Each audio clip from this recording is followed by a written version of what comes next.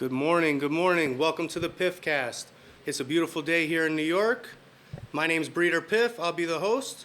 I'd like to introduce my co-host. Yo, dime a ver, mi gente. It's your boy Maceta, second generation grower. We inside talking about outside tonight, baby. Right. So this is the PiffCast. This is our first episode. We're going to be going into all the history, all the details, real haze, real history. I'd like to set it off with our first guest, White Boy Kev. White Boy Kev, introduce yourself, and we're excited to hear your story. What's going on, guys? White Boy Kev, known as White Boy Kev because I grew up in the Heights and I was pretty much the only white person in the area, or at least definitely the only white guy in the haze game. My family's been in the Heights for both sides of my family for 120 years, when it was all Irish, Jewish neighborhood. Then about the 80s, started seeing all the Dominicans started coming in and taking over, and Washington Heights became a Dominican, enclave, This was like Dominican Republic, but in New York. So that's where my story is. Grew up on 164th Street in Broadway. Started selling weed around 92, somewhere around there. Opened up on my block. I was with Ed Vic and Fur in the early days, and then my boy Koa put me on to Mikey and Stead on 173rd. We opened up over there at the Red Door. Then Fruity came home for jail in 94, and we opened up 183rd. So I was selling weed before Hayes even came around. Because Hayes came around, I would say, somewhere around 93. Okay. So back then we were selling bubble gum. Shout out to Me Too. He was one of the OG growers from the neighborhood. Him and Helson, G-Man. My boy Shark Bite. That's out in Oregon, 5 Point Farms. So those were the OGs of the growing. Shark and Helson is where I learned how to grow, at least the beginning. I was growing early, but didn't know what I was doing. They were the first dudes that were growing that shit, right. Okay. And that family, Helson, G-Man, his whole family, that's probably the most relevant weed family in Washington Heights history. So somehow you got to get those people. Respect to them. They run like 20 deep, Okay. So let's talk about when the haze first hit the Heights. When was the first time you seen it? What was it called? What did you think when you seen it the first time? Well, at the time, I was getting the bubble gums and those other things, and Jack Herrera's and stuff from Me Too and other people, Mike Say's downtown. Mm-hmm. And so it was just another new weed. But my boy Koa, he's the one that got me the first two connects. Shout out to Royce, OG down from 130s, 137, I believe. I reached out to Vladimir, Happy Monkey, shout out to him, trying to get in contact with him, because I wanted to know who else he was hitting off with.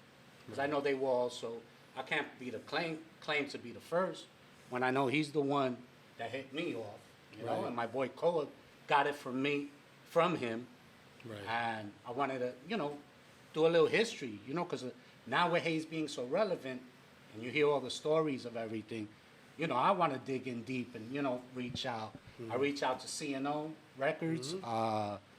We go back 30 years, Wow. And just to try and get more information on Dykeman, because I'm from Washington Heights. Right. Washington Heights is different than Dykeman. Right. You know what I'm saying? A lot of people don't know that.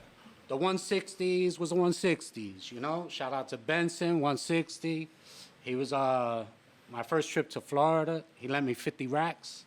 Back then, you get the pound at 4Gs. Up here was 6,500. We'd love to see those numbers today, right? Drought time, it was 7,200. Wow. You know what I'm saying? Yo. And then droughts in the summers went for weeks. Muchacho, it was crazy. Everybody was on the hunt. And that's how my boy Koa came in and got me the weed, because he didn't sell weed. He was into other things. Right. So, he put me on to a few people, some Cubans. Everything came from Miami, Florida, down there. That's where it came from. Now, quick question, Kev, before you continue.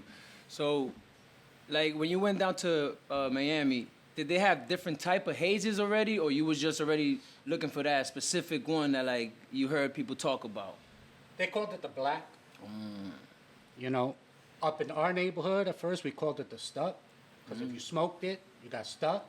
You know, everybody chilling in the car, listening to music, everybody smoking, and then everybody stayed quiet, and, oh, yo, he's stuck. You know, like, so that was our name. You know, like, Piff came much later on. We didn't call it that. Right. In Miami, I knew it as black. Now they call it the Cuban black.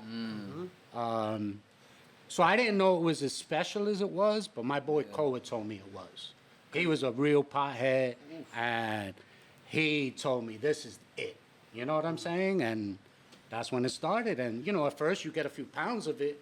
It wasn't I had a steady pipeline. Nobody did. You know, like, everybody had different connects, you know?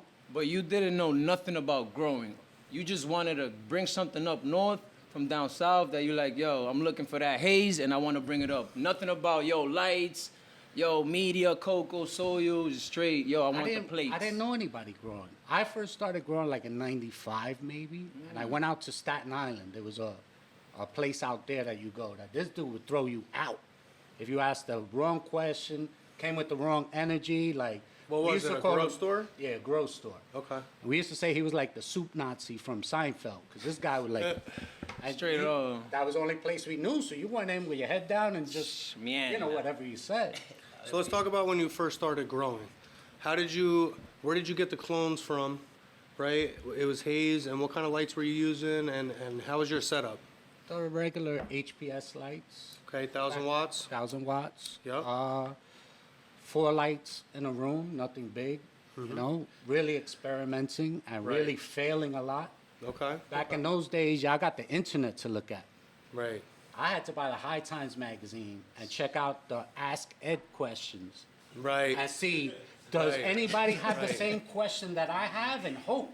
And if not, I didn't know what else to do. Trial and error. So that's when I met Shark, and I met G-Man, and well, I already knew G-Man from back in the day. Yo, you know, big he's pause. Yo, shout out to that family. The A-Bar Yo, family. the A-Bar family. Yo, Much love, Shark Bite. respect. Yo, respect, man. Yo, thank you for all y'all done, the legacy. And like I said, we're honored to have White Boy Kev here in our podcast. Yes. Yes. So I met Shark, and you know, he was just selling me work, and I knew he was growing, and he started talking to me, whatever.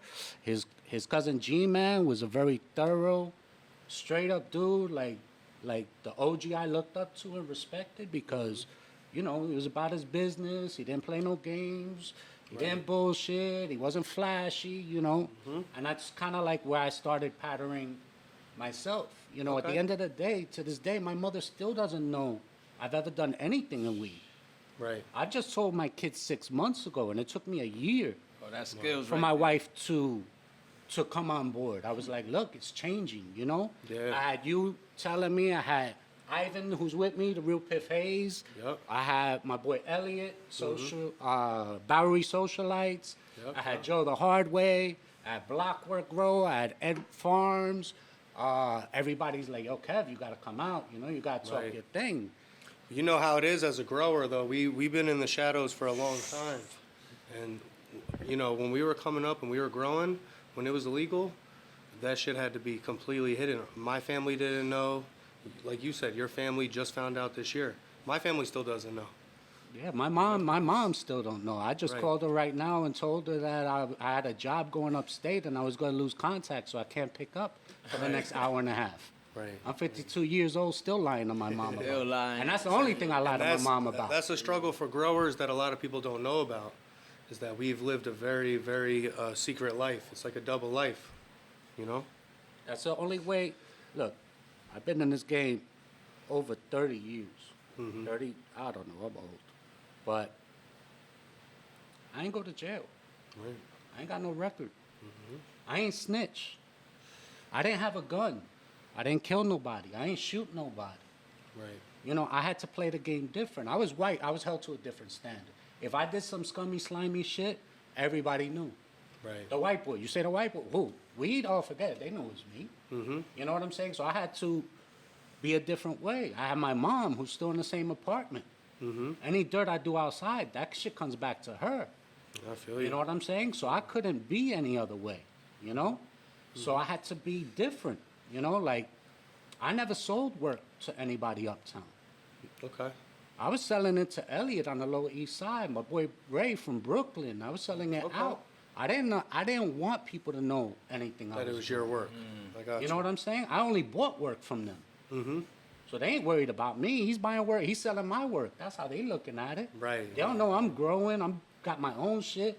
I got Shark and them doing their things. I got Pipeline from Miami. You know, like, so I'm good.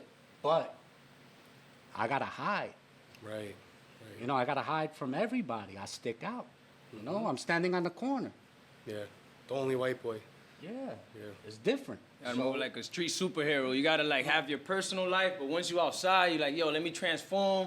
Let me see what the streets need from me. Super white boy Kev outside now, Nah, right? nothing super. Nothing Just Regular white boy Kev Just to everybody a that, regular that dude, doesn't need you to know, know like- what's up. like, I got nothing but every partner I've ever had, everybody I ever worked with, they all in my life to this day. You know, I've been boys with Joe for over 30 years. Been boys with Ivan for over 20. Elliot, 25. You know, they're all in my life. Loyalty. Ed that's what- Farms, 20 plus years. Everybody in my circle. The newest person in my circle is him. And even that took time, you know, like And it's already been a couple you years. got to be cautious. You know, you got to take your time with things and feel people out, you know? You can't make a mistake. I Right. tell my wife, she's like, I had a bad day at work. Really? I don't know what that is. Because my bad day means I go to jail, somebody gets killed, my house gets busted, I lose money. My bad day is a lot worse than your bad day. You know what I'm saying? Other than death. You know, so we live with a different pressure. You know, every day you cannot make a mistake. I can't go 30 plus years and not get caught up and locked up. I was under federal investigation. My brother went to jail as a kingpin. My brother, a retired cop. He ain't never sold drugs in his life. There's nobody to this day that's ever come and told me, yo, Kev, your brother, yo, he was doing. Nah, man, he got set up, man. But like he tells me it ain't my fault, but I still feel if I didn't have my past and the hate from the cops, like I had this one cop, man. After my brother gets locked up, I had this one cop in every bar bragging about, you know, he ain't retiring Yeah. until he gets me. Hey, Sal, I hope you're fucking still working. You never got me. You fucking people. You know what I'm saying? Like, so we got to live different. You know, so I've been guarding and hiding. That was my only way to survive. You was playing Back in the chess. days, now I give the work, 2 years ago, I'm giving the work $200 cheaper than everybody else just so you keep my name out your mouth. So anybody keeps me quiet. I didn't sell work to around my people from the block. The only person like from around my block I roll with is Bashar from the Habibis. Now those dudes is legends. They all got locked up. Oldest brother got 22 years. Bashar got 15. Alam got 8. Flask got 12. The parents went to jail. You know what I'm saying? They were converting from the other games into the weed. They were Right. already growing. Right. And they got popped like 99. He came out of jail, and I was struggling after I lost the Marina. And he was the one that came and give me money. Benson, OG 160, Yeah. Big Ben. Let's talk about the marina. So for those who don't know about La Marina, Washington Heights, let's hear about it. Well, the Marina was, it's not the Marina anymore, but it was a boat yard up on Dykeman Street that me and my brother grew up on. My dad used to always fish and take us out on boats. So my brother got into the business, and he bid for it and got in with a few people. Eventually, we bought out all the people, and it was me and him. And then I brought in my boy Joe. Joe the hard way came in with us. And I turned an abandoned, desolate spot into the hottest thing Uptown's ever seen. Okay. Nobody could say, I created that. My brother created that. We made that from nothing into the hottest Dominican place anybody's ever seen. Yeah. I brought in all those bands. Aventura, $3,000 I paid in the beginning. At the end, $75,000. Now, I couldn't even get that guy on a phone call. Right. But I had 1,500 people on a Sunday if the weather was nice, inside, and 500 to 1,000 outside trying On to boats and yeah. Wow. get it. And it was crazy, and I was transitioning. Look, I got the marina going on, right? And I'm doing $250,000 a day in business on a Sunday alone, right? And I got 3 corners. Now, I'm not on the corners anymore. The Arabs, they got locked up by this time, so I wasn't on 164 anymore, but I was still working with Fruity and Mikey and his brother. Okay. And I was distanced. We had 2 houses. We went up to Monticello. So we bought 2 houses. I bought one and Joe bought one. Joe's house got busted. Mine didn't. So we kept working from there. And then, you know, I got the marina going on. I got the corners going on. I got the grow houses going on. You know, it was pressure. So like around what year, my fault to go back, around what year do you say you started growing again? Because now you're like, you know 95. what? So 95. So once you went down to Florida, you're like, okay, you know, I'm buying this work, but let me get into this like growing now. I feel like if I make my own work, you know what I'm saying, cut the middleman, you know what I'm saying, and get my own thing going, I could probably see a better projection to myself. So how do you started like calculating like, yo, like I want to start to control this Piff. Like this is something I believe in that is going to project good in New York. Like, cause you know, not a lot of people know there's a lot of different genetics out here. 8 weeks, there's auto flowers, you know what I'm saying? But yo, Hayes, 90 days, 120 days. To do one, like, bro, let's say you in 3rd week, 4th week in your flower and you mess up, like, you know, that's like 2 months. You know what I'm saying? So how'd you bring your first clones here? Where'd you get your first plants from and what year was In it? Florida. Got them from Miami? Yeah. Put them in a Okay. Ziploc bag with some water and flew them on a plane. oh, Yeah. That's that's it, before huh? 9/11. There was no checks. There was no nothing. You know what I'm saying? So just brought them up. And the first batch I bought, you know, I didn't know nothing about growing. I mean, I was seeing these guys in Miami growing, and they telling me, but until you start doing shit, you don't really know. So I got too much water in the tray, so the clones ain't rooting. I'm calling, why isn't it rooting? so you have to order another batch? So did you pay for the clones? No. Or were they given to you? They were given. By your connect that you were already working with, Yeah. getting haze from. And different people, Okay. you know, like different cuts from different people. Back then, how many variations of haze were there? Now, was it a lot of the same work grown differently, or was there actually different plants and different genetics, do you think? Well, the first hazes I got were really dark and ugly, but the smoke was incredible. You know, and that's the way that still look. Not the wet work you see now. I don't know. That first batch was like dark and ugly. Okay. And then you started seeing the greener haze, which what I would say is the Cuban black. Right. I also got something down there called the Cali Mist, which I would say is a haze. I don't know Yep. what version Cali of it. Miss is a sativa. And then Similar to we haze. used to work with a few Cubans down in Miami. Andy, he came up to grow, and that's the second person I learned how to grow from after Sharp. Okay. Okay. So Andy, he had a clique. It was him, Lee, rest in peace, Mike, who just came home not too long ago, and Guillo. And they were growing the Afghani and the black. So we were getting Afghani haze? Yeah, the Afghani haze. Okay. So we were getting both of those on a Right. consistent basis. Right. So those were, I would say, the 3 forms that I came across mostly was the Cali Mist, which wasn't that much of, and then the other ones. Now, if you recall, can you remember, like, you said you started with 4 lights. You remember, like, what you cropped out your first run? Was it successful? Was it a flop? Nah, I was horrible. Horrible. Horrible. How And long I did it cut take too you? early. I dry it too fast, bag it up wet. Like, you know, I didn't have anybody telling me what to do. You know, I'm figuring everything out. It looks ready to me, but, you know, that shit looks ready 3-4 weeks before it's ready, You you could know? go in depth in this game, man. Following, So I'm chasing a shopping, passion, you a know? dream. There's a drought in the summer. It's still going to sell anyway. You put that shit in the bag, it's still making money. Got it. So it took me a while, you know, like to get good. And even in by the time the marina is going on, we had a townhouse out in Brooklyn. We had the house upstate in Monticello. There's a couple of apartments. My boy Henry, him and his cousins, they're another group that there's like 20 of them. And they were famous for blowing out the apartments, you know? That's where Ed Farms comes from, that group. Got you. So, you know, I put them on and showed them whatever. They came and saw my plans and said, oh, shit, we're going to make money, you know? You came like a pioneer Yeah. right there, bro. So, you know, I was in the growing, but, you know, I was really paying other people to grow for me. I wasn't growing. Right. It was after I lost the marina Right. is when I started. You went back to the plant. That's when I learned to be a grower. Okay. You know what I'm saying? That's when I learned how to fail, how to really do it, Right. asking some questions, and just diving in. Because back in the days, when you're making $6,500 a pound, you know what I'm saying?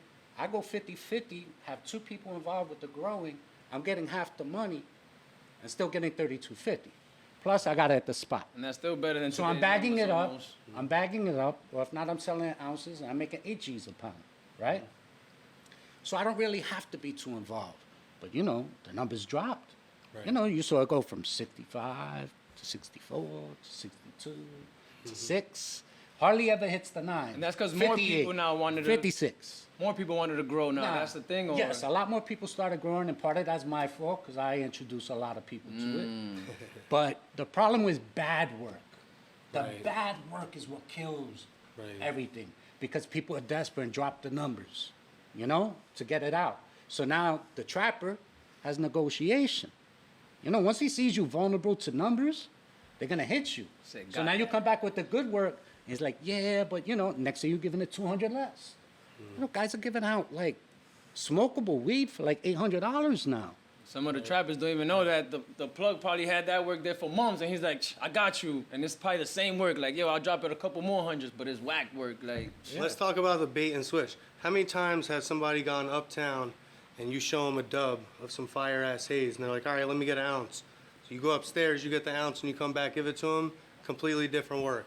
Let's talk about the difference between all the work, all the block work, and how hard it was to keep all the fire, you know, available at all times. In the summers, you just had to keep all your money in weed Yeah. because you know the droughts were coming. It was every summer. Every No summer. fail. No fail. Okay. There was droughts. Look, where I was at on 173rd with Mikey instead, I first started actually with Psych in the white building before we went over to the red door. Down there, you know, when the droughts came around, Ruben, who was like the first OG rock star, like anybody from the Heights that says that Ruben wasn't like the man, had Guy the was best always spot. lit. It was Ruben. Like I heard, like it was Alaskan work or some shit, whatever it was like the first exotic shit that came out. You know, so if that guy closed, everybody was eating. My spot on 183rd was making money. And it wasn't because everybody came to me. They were going everywhere. You had the Twins on 172nd, right? You had Fuipo and Knockout down the block from me on 173rd.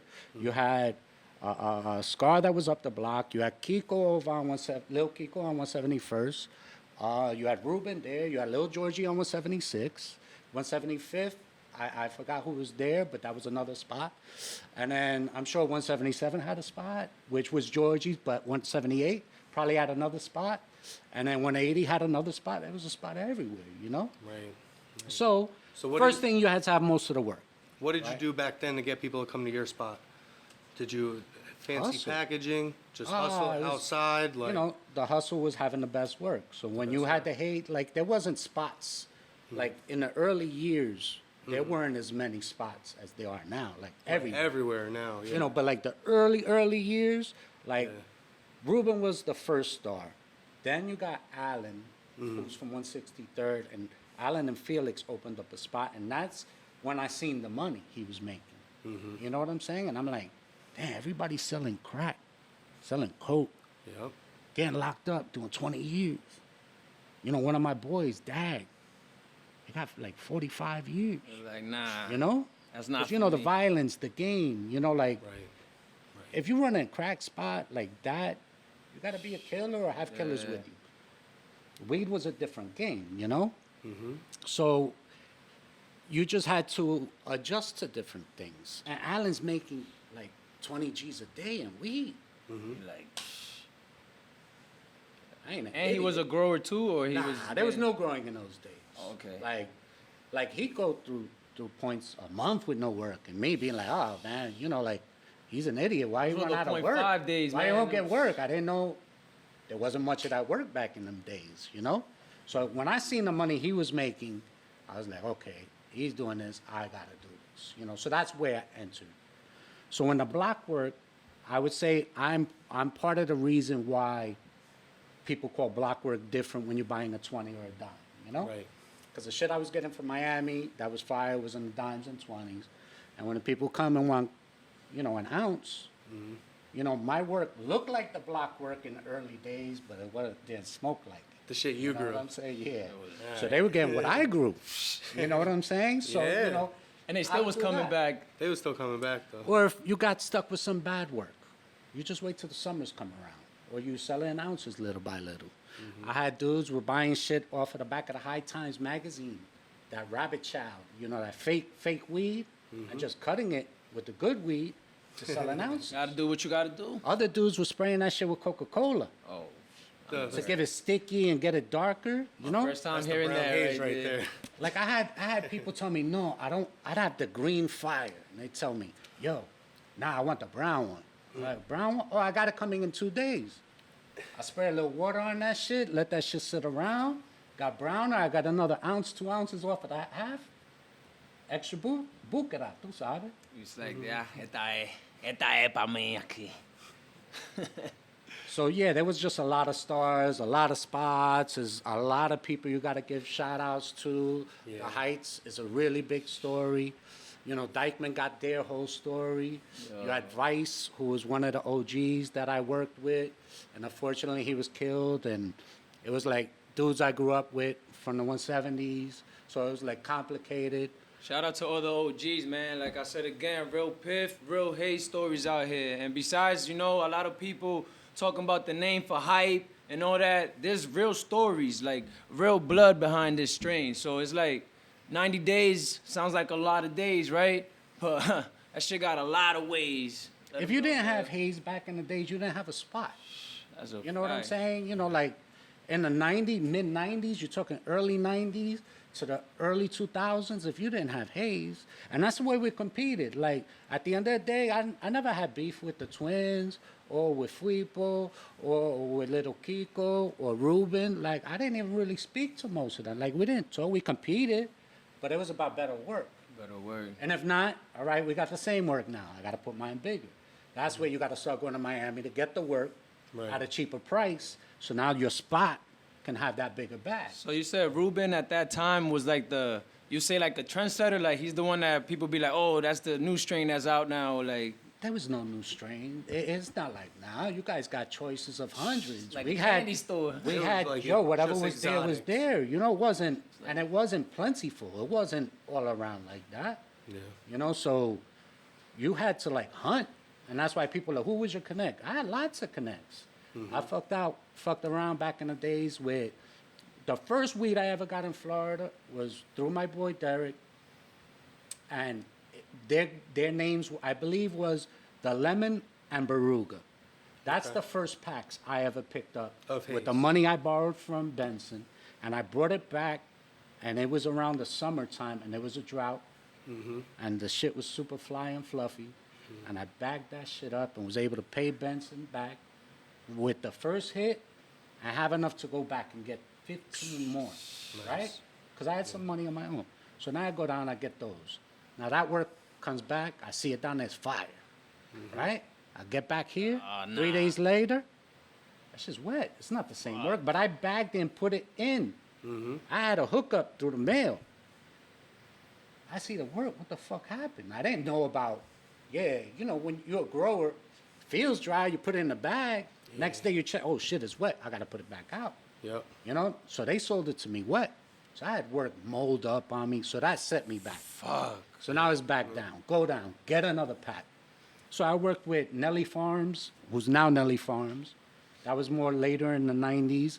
Shout out Nelly Farms. Nelly Farms, his brother Zach is Flamingo. Farms. So they're old school dudes in that game, you know, from the beginning. So I worked with those guys and, you know, mostly with Andy and the other dudes. And, got work from a lot of other people because people would just pull up to the spot to sell you work. If your spot was big enough and people knew about it, people were hunting you. Right. So you didn't really have to look too hard. You just need to make sure you had your money right. So if your money was right, you're good. Got the axes. It's chess, not checkers out here. No doubt. Always play checkers my whole life, except when I'm drunk. I play checkers, bro. I'm stupid.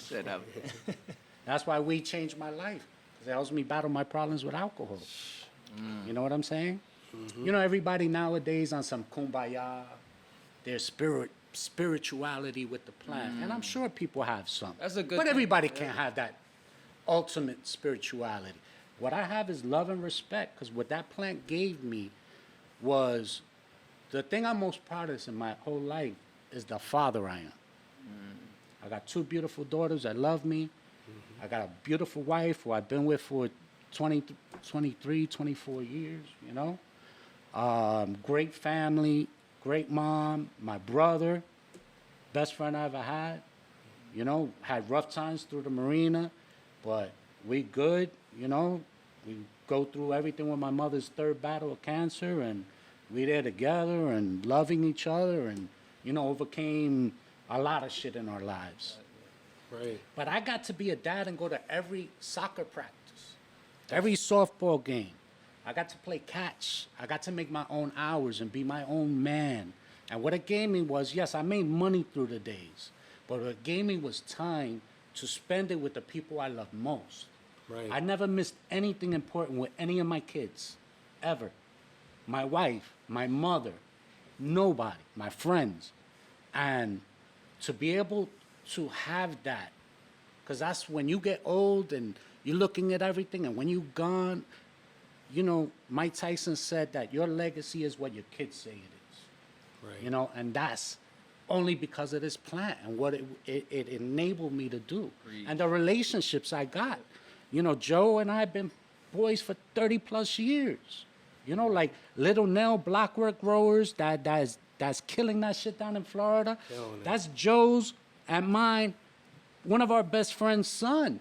And this kid, he got caught when he was like 13, 14, growing up in the attic. His father calls me up, yo, can you believe this shit? Look what I caught him doing. I'm like, dude, you smoke weed in front of him. At 13, man. What are you That's expecting, impressive, that he's not going to get into it? Shout out My now. kids never see me smoke weed until this summer. Shout out Block. They knew I Block Work smoked. Road, man. They knew I smoked, but I never smoked in my house. I smoked once. They finally told me it was okay. And I lit up some of your sour, and that shit stunk up the house. My daughter was going on a date, and she's worried about how she's going to smell. I like, fuck it. I never smoked again, I'm the only grower that can't smoke in this house. Yeah. So that's what I'm most appreciative. The relationships, the friendships. Cannabis is an amazing plant, man. Yes, It's really, yes. And it's being a amazing grower now, is- like my daughter told me.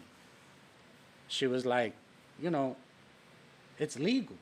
Because the hardest thing, when I told my kids 6 months ago, right?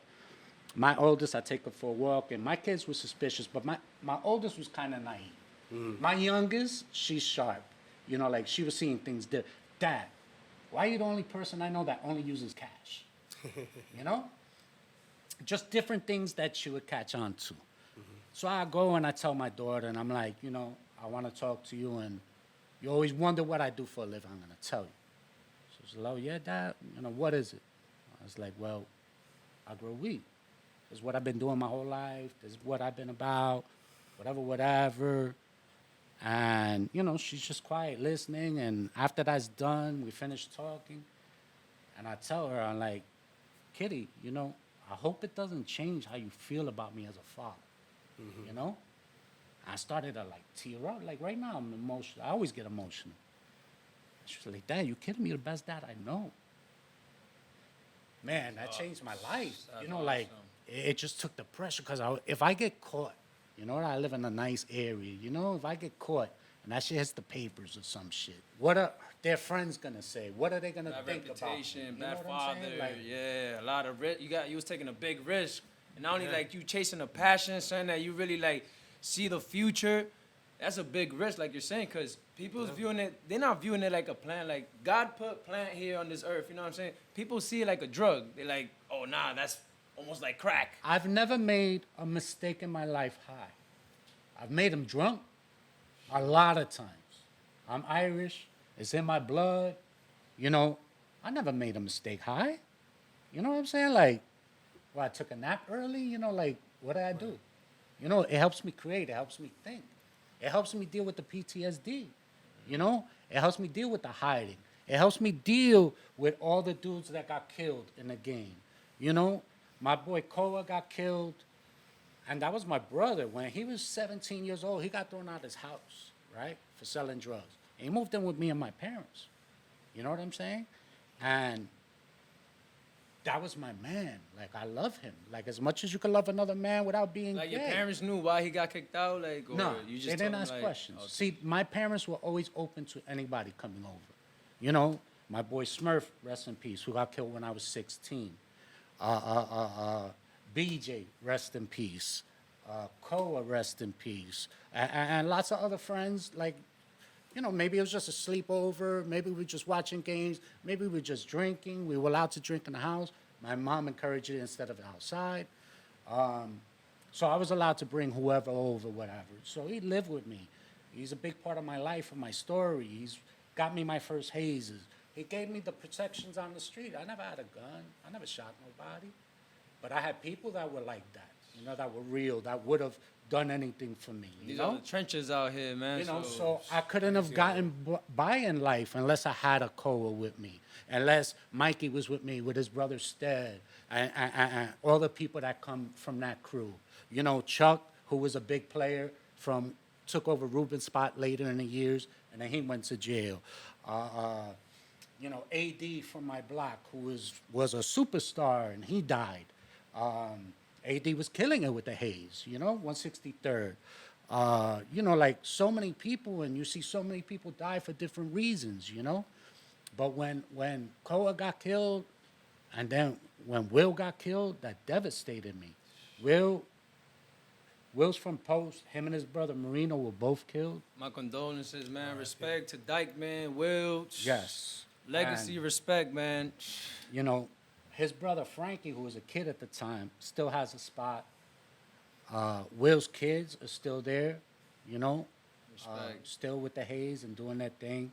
But, you know, like, when all these players were in the marina, because they were all in the marina, everybody was hanging in the back of the marina. Mm-hmm. You know what I'm saying? Like, Chill spot. you had, you know, like Koa and his crew, that's complete, and Danny Gale, and then you had Henry and his cousins, and then you had Edward from Allegro Cafe, and then you had Will there, and you had so many, and Edward got killed, and Will got killed, and Will, when he was in the marina, he was there with his 5 kids, taking them fishing, going on the boat, eating. You know, other guys was there with girls, hanging, enjoying life. Nah, Will was with his family, you know? And they killed him in front of his family, in his house in Jersey. They pulled out and shot him in front of his family, bro. And he was just such a good dude that he was an outsider that touched my heart. Because Koa's family is different. When Koa died, you know, that shit was crushing. Yeah. You know, that people can't imagine what we went through in our life. Man. And like you said, these are people that were also like I said, you got to move like a wolf pack. So these are people that make you stronger went down too. To Miami back in the days, back before he got killed, with like $1 million in cash, because he was coming to take over. He was transitioning. And they broke up a fight. He was trying to squash a beef. It wasn't his beef. And he got shot and killed in the crossfire. You know?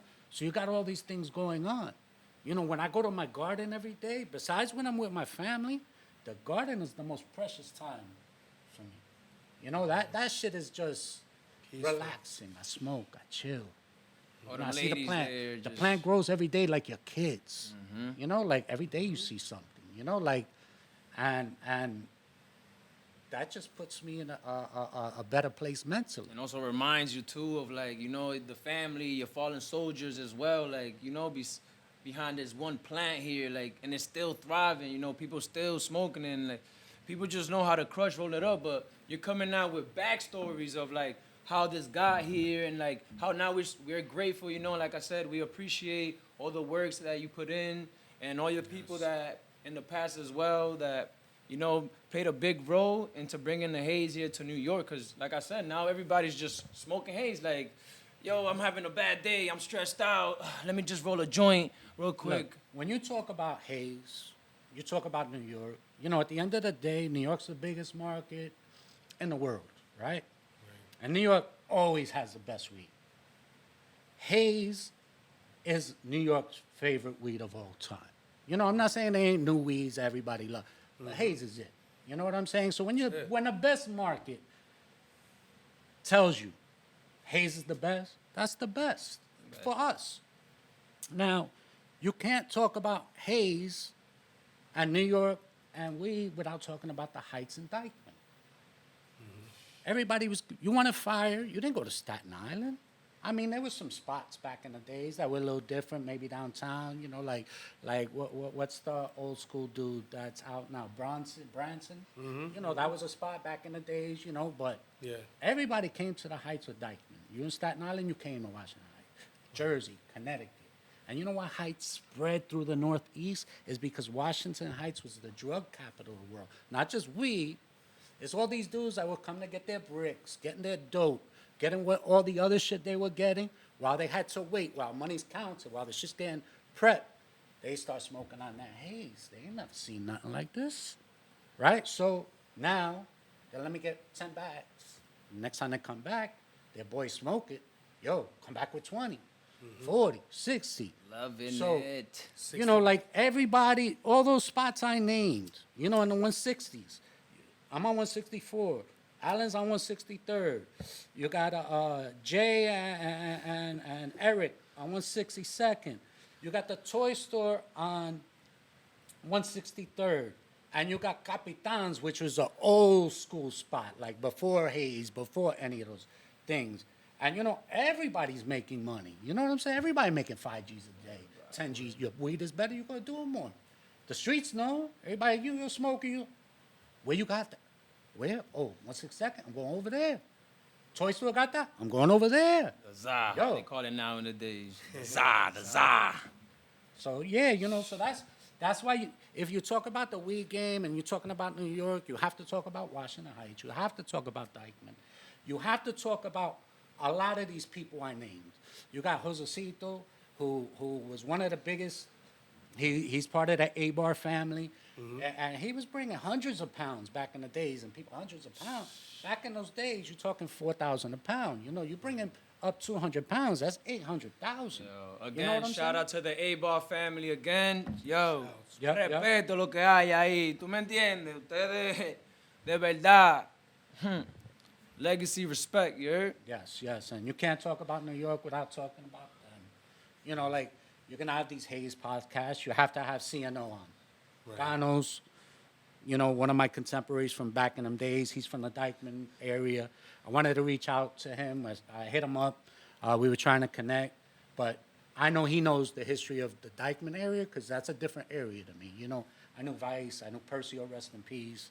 I knew Will and his brother and, those circles. But, you can't talk about weed without talking about these people, Now, yo te quiero decir algo porque tú me entiendes. You've been around a lot of diverse people too. So te voy a decir una pregunta para ver si tú me entiendes, si tú le llegas. ¿Por qué es que te llaman White Boy Kev a ti? What's up? Why they call you White Boy Kev? That's pretty much the only white boy. But I went somebody... to school in the Bronx, and it was Spanish and black. Mírate blanquito, vamos a llamarlo así, ese es un blanquito. That's what they were saying. Yeah, Yo, cause you was an elite too to have in your squad. Like if I was able to build a team back in the days, like, yo tengo los ojos, like I got my eye on you. I'm like, yo I need that blanquito. You know what I'm saying? Nah, it wasn't like that. Like it helped me with girls being white because the mothers were like, oh, un blanquito, oh, that's nice, white people look good. But on the streets, they were like, un blanquito, un pendejo, tú sabes, So you had to deal with that shit. Yo, and I don't speak Spanish fluent, but I know all the bad shit, Like one time, a friend of mine came up to me and was like, yo, I need a few $100, whatever.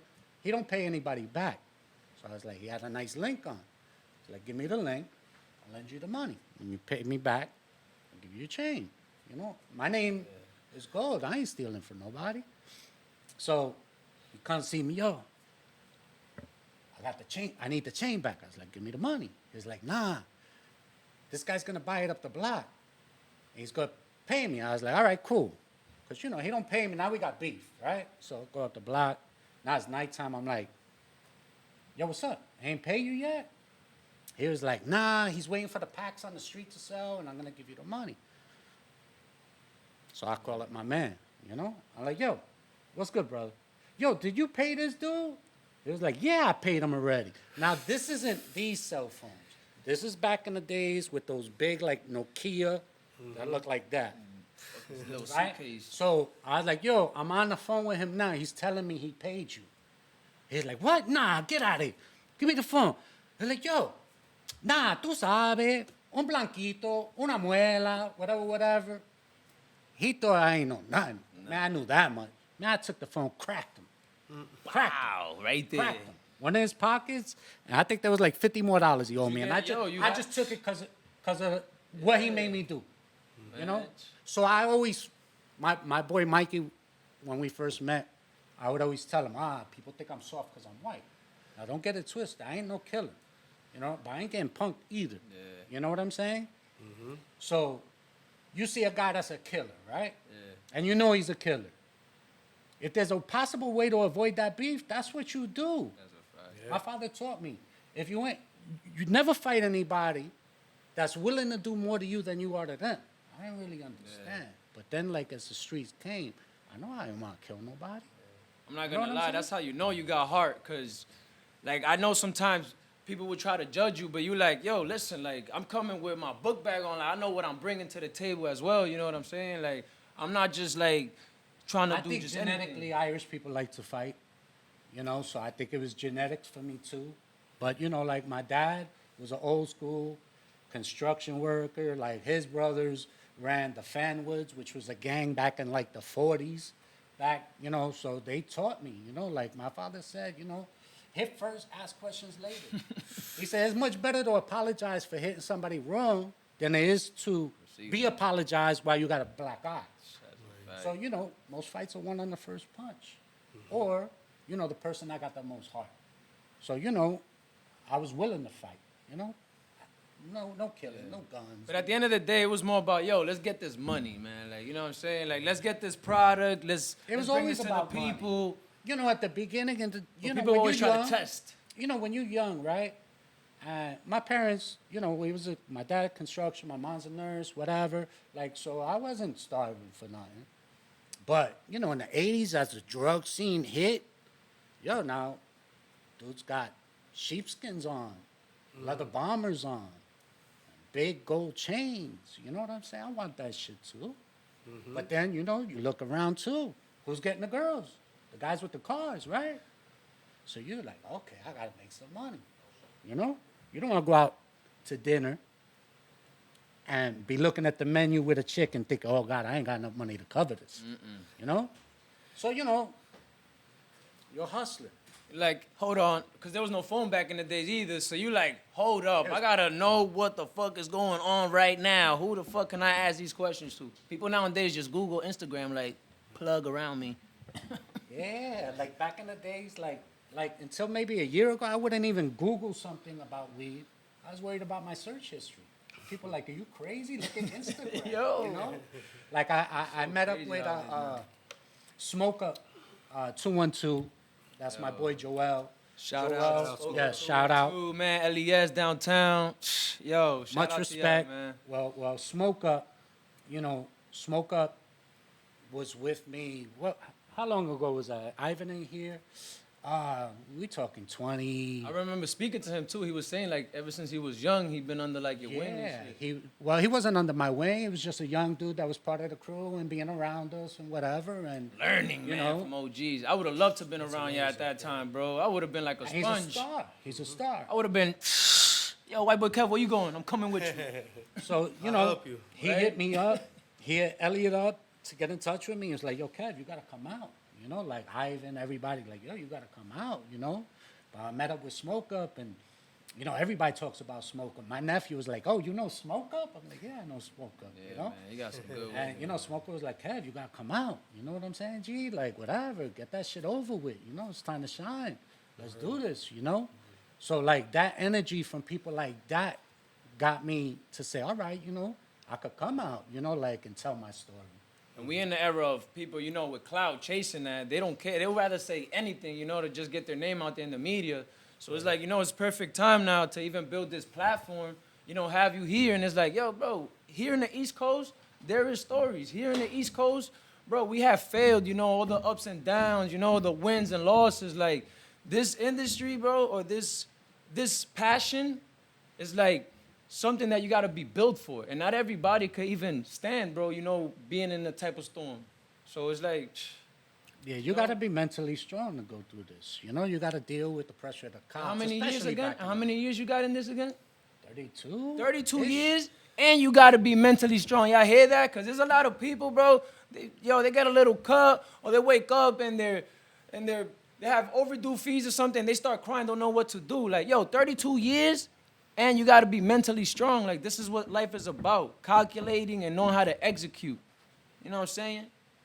Yo, White Boy Kev, like I said, I appreciate you having you here, man. You getting me hyped just hearing all these stories. Man, you get me Like, hyped, bro. chill, man. Yeah. I'm going to have to, like, you know what I'm saying, roll like 50 blunts. When PiffCast told me that you were going to be on, I was like, oh, man, I love this kid's energy. Yo, That's the man. When I first met you, I was like, hype, man. yo, oh, my God. like, my, one of my mentors, Miyagi from Pifferton Farms, like, he came one time and he was just talking, like, one time I was with him, he was talking about you and Joe the Hard Way. And the way he was, like, this guy is a guy that's not easily impressed. Like, this guy, you got to, like, really come in, like, on some, like, 110%. So when he starts talking about you, White Boy Kevin. He grows some fire. Yo. He does. Yeah. I was like, when he started talking about you, I'm like, nah, I got to meet this guy because this guy don't talk about just anybody like this.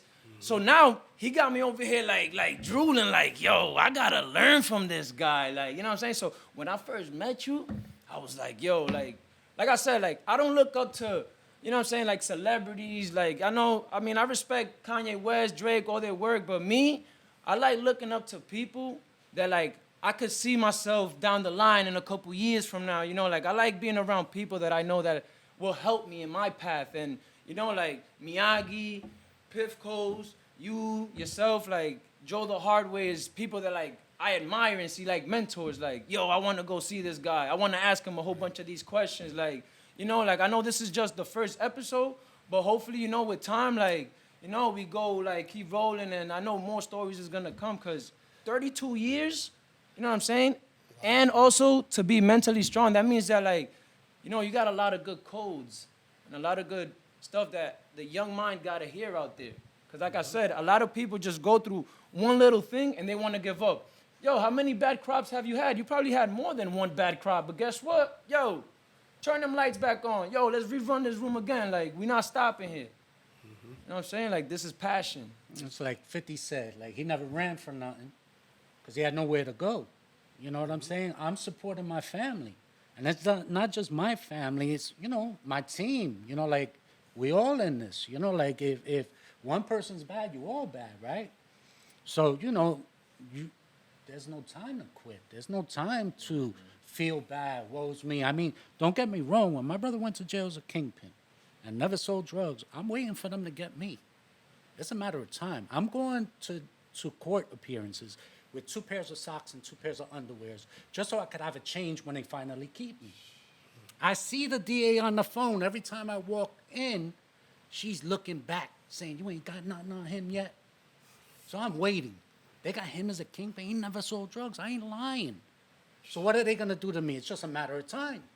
And look, you got a full set of hair, man. You could have went bald thinking all that stuff, man. You could have been A lot of bald. gray, though. A lot of gray. It doesn't matter, man. You gray. still got hair, man. That's I what went through counts. depression. I mean, I had to find wouldn't? myself.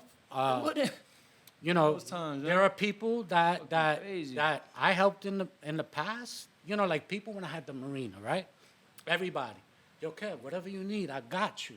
I don't need nothing. I'm good. My pockets is right. My family's right. My business is right. I'm rocking.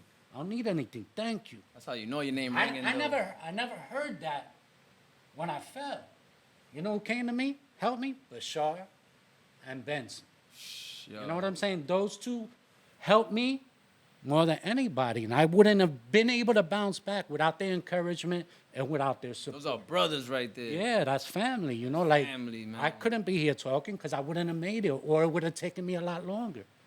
Shout out to Benson, man. Shout out to Shark Bite. Shout out to, everybody. Bashar, Man. Yo, Amjam, the whole crew for sure. amazing, man. Like I said, and these are all, because that's what I'm saying. Everybody wants to just, like, be the man, but what people don't understand in like, business or in this world, it's better to have an empire, bro, and everybody work together, because like you said here, if you didn't have those certain people, you wouldn't even be here right now. And I'm pretty sure the same way, like, if you was not with those people probably never had the chances or opportunities that they had with what you brought to the table as well. Mm-hmm. So, you know, like, in this industry, it's like... We all teach lift one- each other up. Exactly.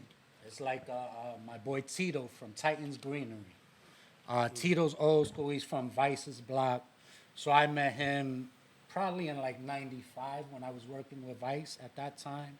And, you know, like, we've always been in each other's lives. And, you know, he's always been one of my biggest supporters. You know, Vice was one of, if not the first one, selling the haze up on the Dykeman Strip. And Tito was the one selling that bag.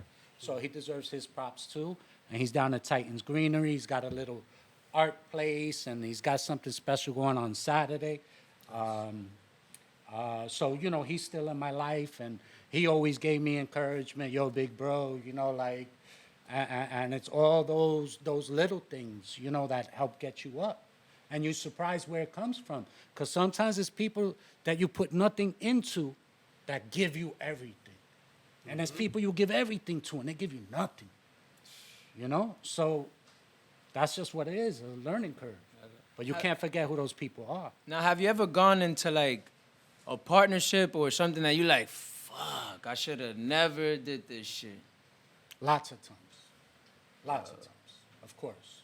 You know, like, all those people that I mentioned that are still in my life, and those were all the successful partnerships. There were other people, and you see the signs right away. The money comes up short. You know, when I first started rocking with the weed, right, I took a pound, bagged it up all into dimes, and I went around and gave it to my boy Manny up, that was on Bailey in the Bronx, 237, went to see Syke, Simon, and his cousin Ed, and, you know, different people, hit it off and see who worked best. You know, some guys I got nothing back from, you know, so I never did business with them again. They just burned the And bridge. some people gave me everything correct. Yeah. Okay, now they got a few more packs. But you just lost a pound. They over here burned the bridge, so it's like, all right. Yeah, but I lost it with like maybe an ounce bagged up. You know what I'm saying? I broke it down, gave it to a bunch of people, and figure out. They Made enough. probably at that time, they probably made like a quick $400 thinking they came up crazy. $600 if they sold the dimes, you know? Oh, I forgot. But- Those times it was 0.5, 0.6. Nowadays, Yeah. everybody wants a gram. That shit was 0.4, 0.4, look at that. 0.4. Y'all hear that? 0.4. Droughts, 0.3. Yo. You know what I'm talking about? Because people now, they don't say, oh, let me get a dime. They be like, let me get a gram. Like, they come The specifically. prices have changed. You Yeah, know what that's I'm saying? crazy. All these bad growers fucked everything up. Dropping the numbers. Yo.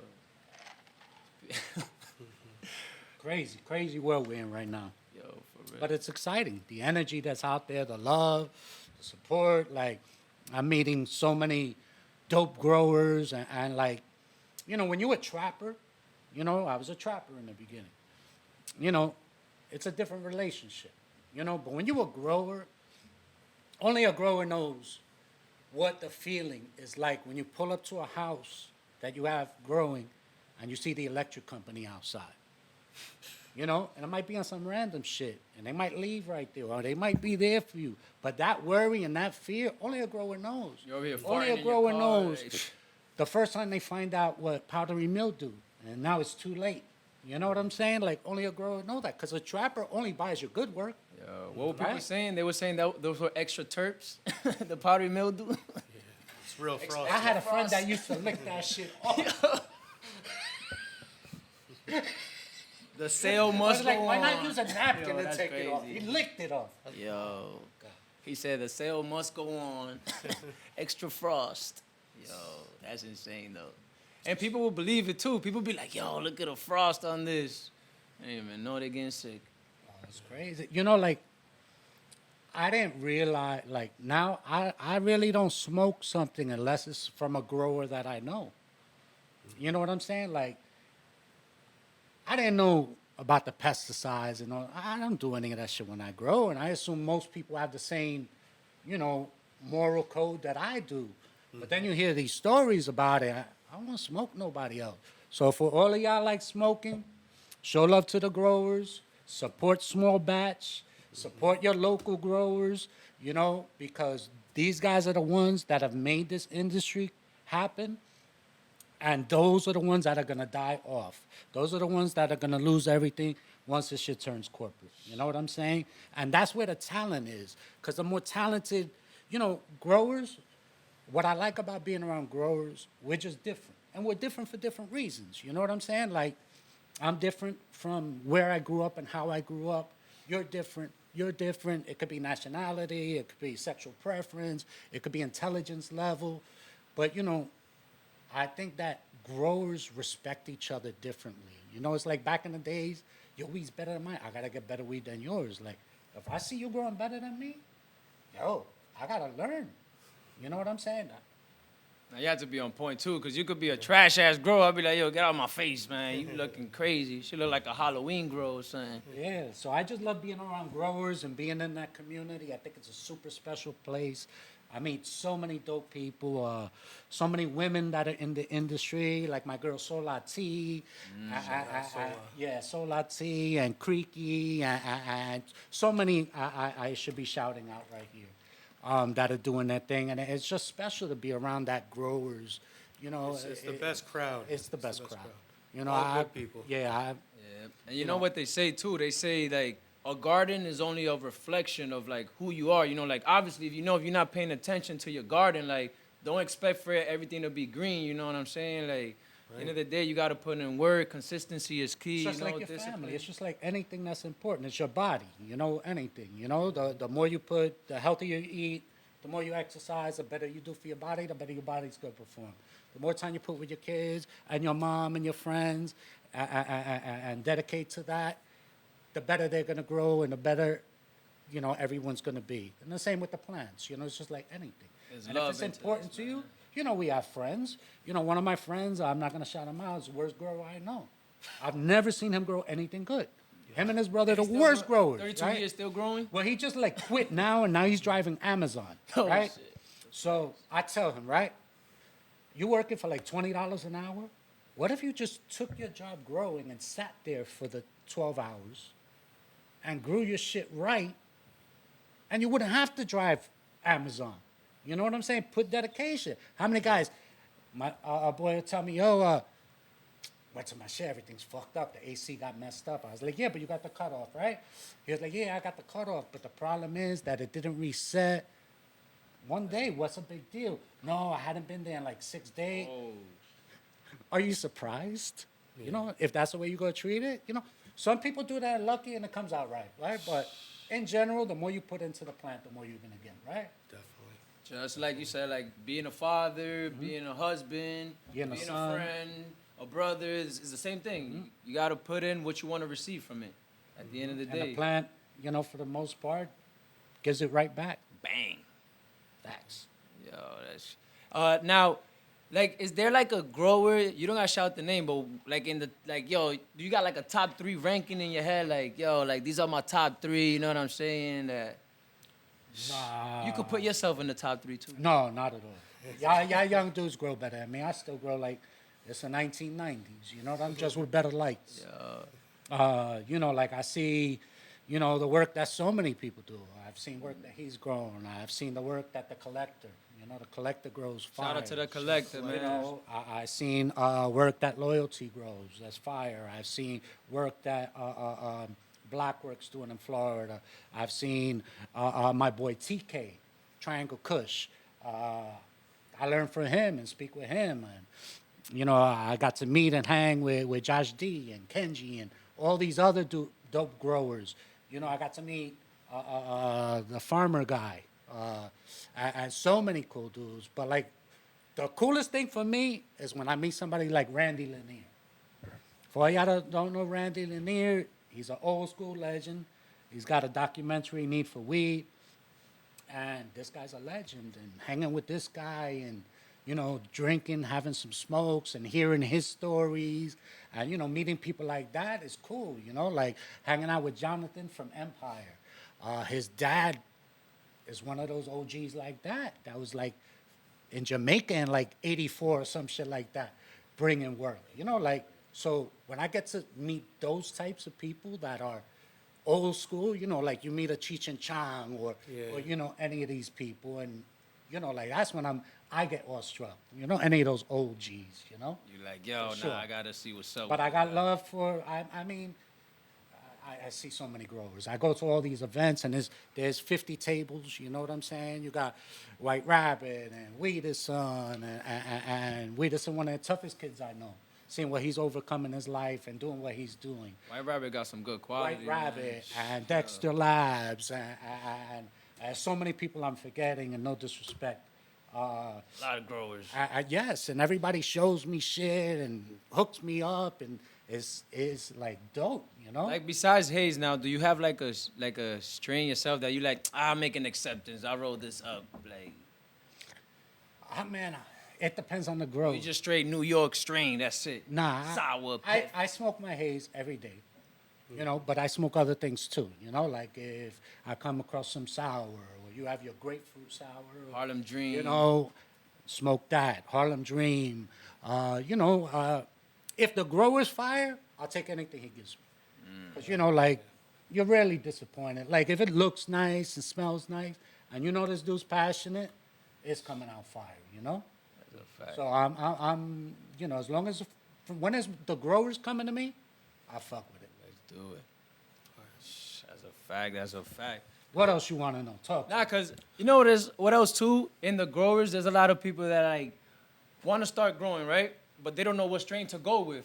What people don't really know is, people want to grow like, oh, I want runts. They don't know that one little plant of runts, that thing could give you only like 1 or 2 ounces. Let them know what a haze could do. Oh, haze is sweet. Oh, let's talk about the Hulk. You get, I grow old school, big, giant ass plants. What size 8 pots you feet, use? 15 gallons. 15 gallons? 15 gallons. Cocoa or soil? One Uh, per Pro light. Mix. One Mix? per light. Nah, I got like 6 of them shits per light. He said real estate is key, fill it up. Yeah, I fill that shit up. He said fill it up. But, I get like 12 ounces per plant, Dr. like Phil, man. when everything's right. And, in New York, it's different. You got to, wintertime, summertime is different.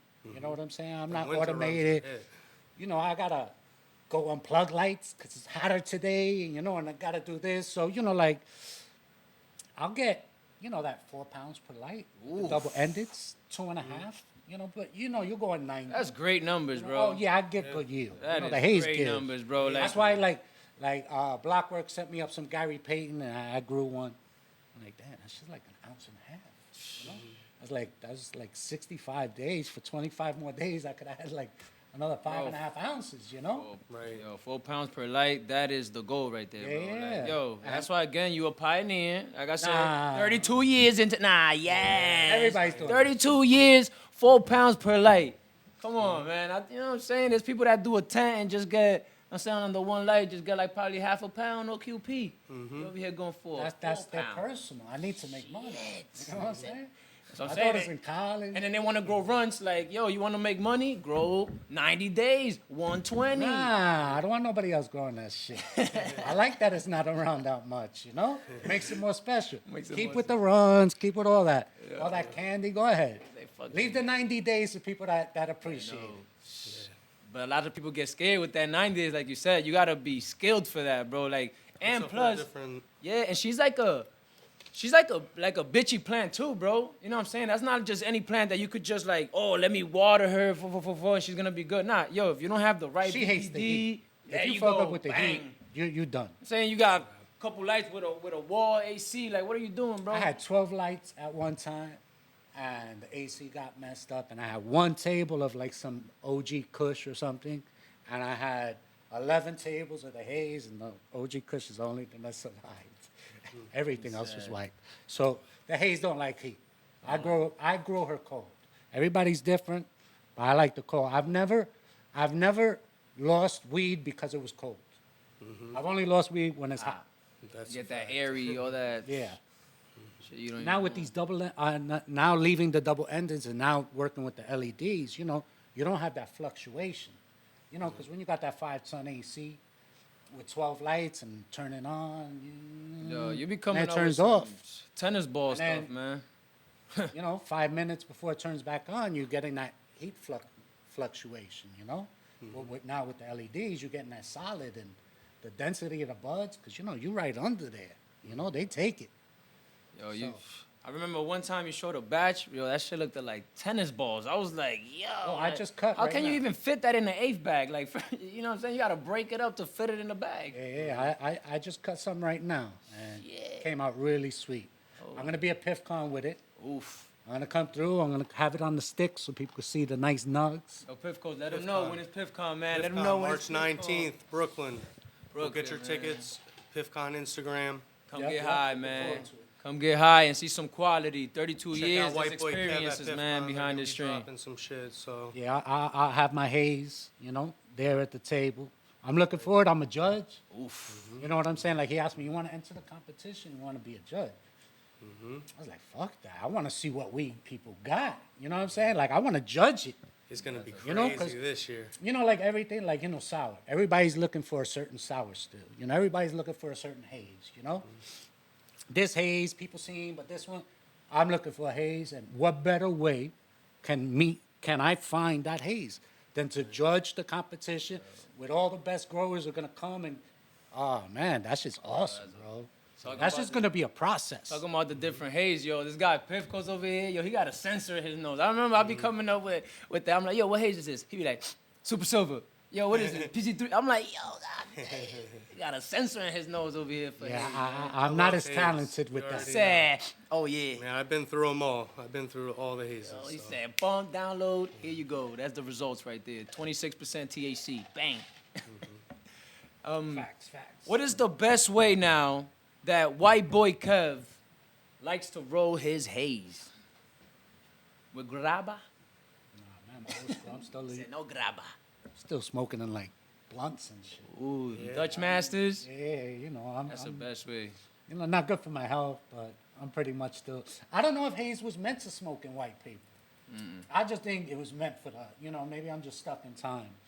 But, the Phillies and raps, that's where I rolled my shit. I'm embarrassed to say. They go hand in hand. It's crazy. Like, you cannot really taste haze like you do it in a Dutch Master. Like, Yep, you could hit it and be like, you know what? I'm gonna tell you when I smoke a blunt. Gotta tell you how it really tastes. So I still do that. And Joe and everybody's all, yo, stop that shit. I know the white paper's Yeah. healthier, but I don't know. but that's how y'all know, like, that your generation back in the days has such a strong influence. Because it's like, probably one of you guys was the one like, nah, this is what we're going to do it on. You know what I'm saying? This is what we're going to smoke it on. Because I know every, like, culture in different states have their own way. There's probably people that enjoy joints, you know what I'm saying? Rolling up or bong hits. But here in the East Coast, yo, you bring a Dutch Master, you already know it got to have some haze in there, bro. Like, not even runts on a Dutch Master. It's like, that shit doesn't even make sense. You know what I'm saying? It don't even taste good. You know what I'm saying? Like, it's Dutch Masters and haze. Yeah, back in the days, it was Phillies, Phillies, Dutchies, and what else? White Owls. White Owls. That was where it was at, The White Owls. Yeah. They got like 3 Like raps. when you would go to 183rd and you buy a bag, that was like one of the promotions. I have a box of White Owls, so you get a free White Owl. So that was one of the other things, the jars, you come up with different like little things, but be free White Owls. Come buy your bags. Everybody take a handful. Like, have you ever had one of your friends that smoke and they smoke like some weed and they like, and this, first of all, it's your weed, but they don't know it's your weed and they like, yo, this shit is fire as fuck. Like, Weed's always like that shit your get me friends, like your friends are far more critical than people you don't know. You know what I'm hype. saying? It's alright. Yeah. It's alright. Or I've sold work to somebody, and from the same batch, a day or two later, let me get some more, and you give it to them. Oh, it's not the same. Fuck. I know you hate hearing I that cut shit. it. I grew it. I know it's the same. That's everybody. Everybody has their own opinion. And people be doing and saying anything too to drop some numbers too, man. Yo, it's the same shit, man. Get out of here. Trying to finesse me, man. And that's why I'm overwhelmed with all this information. Everybody starts breaking down everything, you know, like into the micro. I'm like, damn, I don't know none of this shit. You know what I'm saying? Grow haze, that's it. I'm good. What was the longest haze that you strain that you grew? Cause I know there's 124 months. I know of people that tell me they've grown that long. I've never grown that long. Like, I generally go 90 days, but I'm growing on 11/13. Oh, so that's the red line, black. Which one is that one? The black haze? The Cuban black, I Cuban would black. say. Okay. You'll see it at the PiffCon. But that I go generally 90 days, but on 11/13. So that would probably put it more like 95, 96 days. So that's generally where I go. Sometimes it's a few days earlier, later. Sometimes your pockets tell you, you know. And that's crazy because you said she don't like. That's crazy because you said she don't like the heat, and you over here rocking double-ended too. So you know you gotta be checking Every day. Every day. Every day. I go every day. Yo, gotta have passion and gotta have love for what you're doing, man. If you're That's how I chasing make the my money money. and clout, forget what you're doing, get another job. For real. This ain't about clout. This ain't about, how much money I could get from this. It's about love and passion and what you could bring for the people. Because at the end of the day, the people is what decide, this is hot. Or in this block, I'm going to go buy this. Yo, everybody, let's go buy weed over here. If your shit is trash, guess what? Ain't nobody going to buy nothing. You know what I'm saying? At the end of the day, people want to get high. Yeah. It's now more people are smoking than drinking for the first time ever, you know? And we're all better off for it. You know what I'm saying? I'm not the only person that's made mistakes drinking and not smoking. You know what I'm saying? Lots of us have, you know? So the more of us that are getting into this, the better it is. You know, with all this political craziness and, I got beef with my own family, over politics because I see things a different way. And friends that I can't believe they don't see things the way I do. I shocked that it could be that way. But when you're around this plant and the people, it brings us together and we start seeing each other as humans, you know what I'm saying? As opposed to the other side. You know what I'm saying? Because we're all the same. We want to raise our family right, get them a good education. Hopefully our kids have a good job, live as long as we can possible. Hopefully a couple of vacations here and there, Who don't want that? Who don't want a safe neighborhood for their kids to grow up, a good education? We all want that shit. And this plant brings people from all backgrounds together. And that's something else this plant brings us that I love. Good energy, man. Cool, man. That's a fact. So, Kev, we really appreciate you coming on, man. Is there anything else you want to mention or talk about? Anything you want to plug? I know we're going to see you at PiffCon. How can they reach you? On IG? White Boy Kev 164 on Instagram. I'll be at PiffCon, so I'll see people there. Just want to give a shout out to the other guys of Happy Monkey besides Vladimir. Want to shout out the daddies, Jay and Omar. We go back like 30 years. Those are my boys. And then we have Ramon, who's unofficial Marina Boy member, because he grew up in the back of the marina with his brother also. So I wanted to shout them out. Once again, everybody from the A-Bar family, Shark, everybody down in Florida I worked with. And look out, my crew we're called La Marina Boys, because there's a lot of us. Boys. So you're going to start hearing about that also. So we'll be coming out. Yeah. Okay. The real question is, how did Hayes get here to New York? From Florida. From Florida, you heard? Yeah. At 93. At 93. What was the numbers like? Up here, 6,500. Down there, 4,000. Yeah, man, Miss those days, right? What? I wish I was around in those days, man. But yo, I wish I was getting 4 pounds of light back then. But like I said, everything you're saying, bro, and everything you said in this podcast, the A-Bar family and other people that you mentioned too, these are people that my boy Monthro, somebody else from back in the days that I didn't mention also. Monthro, these are all people that made New York be what New York is when it comes to the weed culture. So as you can see how much elaboration and the description that White Boy Kev gave to this, you could tell, you know what I'm saying? Real history, real haze, New York, East Coast, Piff Coast. You know what I mean? Let's go. Thank you. Brother. Yo. Thank you guys for watching. We're going to keep doing interviews like this. Thank you, White Boy Kev, for coming on. Thank you for having me. Shout out my brother right here. Yo. And tune into the next one.